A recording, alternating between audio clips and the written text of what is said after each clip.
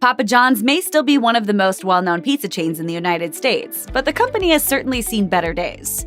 Its founder, John Schnatter, is responsible for having built Papa John's into a cheesy empire. But Schnatter has also harmed the company in a number of different ways. The way they're making the pizza, the way they're putting the pizza together is just not fundamentally sound to what makes a Papa John's pizza a Papa John's pizza. Today, Schnatter is no longer the big papa calling the shots at Papa John's, but his mistakes have taken a heavy toll on the company's franchisees. In the 1990s, Papa John's was doubling in size nearly every year, and opening a location was pretty cheap as far as franchise standards go. It only cost around $100,000. But the good times have come to an end, and opening a Papa John's just isn't what it used to be. Given that Papa John's was growing so fast only 2 decades ago, today's earnings are disappointing. A report from Franchise.com estimates that Papa John's franchise operators are making around $67,000 a year. Now, an annual salary of $67,000 is still considerably above the median wage for U.S. citizens. That said, it's quite a bit lower than what other fast food franchise operators are making. Franchise operators from McDonald's to Taco Bell and Five Guys all make considerably more. In pizza terms, that's a pretty dinky slice compared to the rest of the industry. And the worst thing is, many franchisees might actually make far less than $67,000. In February 2019, Restaurant Business reported that because Papa John's sales plummeted so badly in 2018, domestic operators were only making around $40,000 a year. And that's before taxes. These low earnings are due to 2 primary factors that are more or less congruent with each other. Sales have dwindled as much as 30% in some areas, and Papa John's franchise operators simply can't compete with the low-price deals offered up by the company's rivals. Long story short, the pizza business can be brutal. Business. Numbers. Is this working?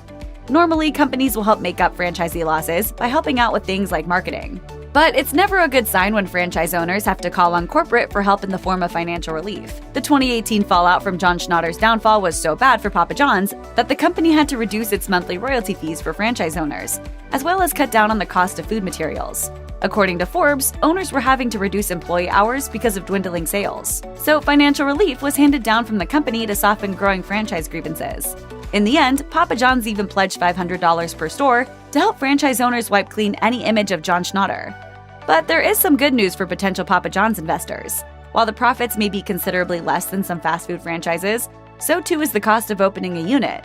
All in, opening a Papa John's only costs around $300,000, mostly because you don't need to pay for a large sit-in dining area. For comparison, you might have to shell out over $2 million if you want your own McDonald's. Papa John's also has a much lower net worth requirement, and only asks that franchise owners have a net worth of $250,000, with $75,000 of that in liquid assets.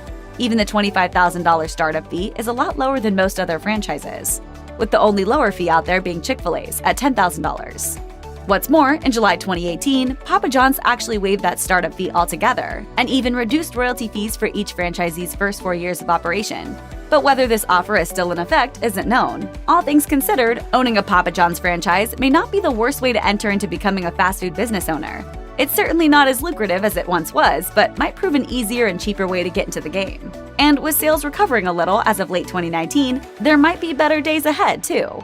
Check out one of our newest videos right here. Plus, even more MASH videos about the finest foods are coming soon. Subscribe to our YouTube channel and hit the bell so you don't miss a single one.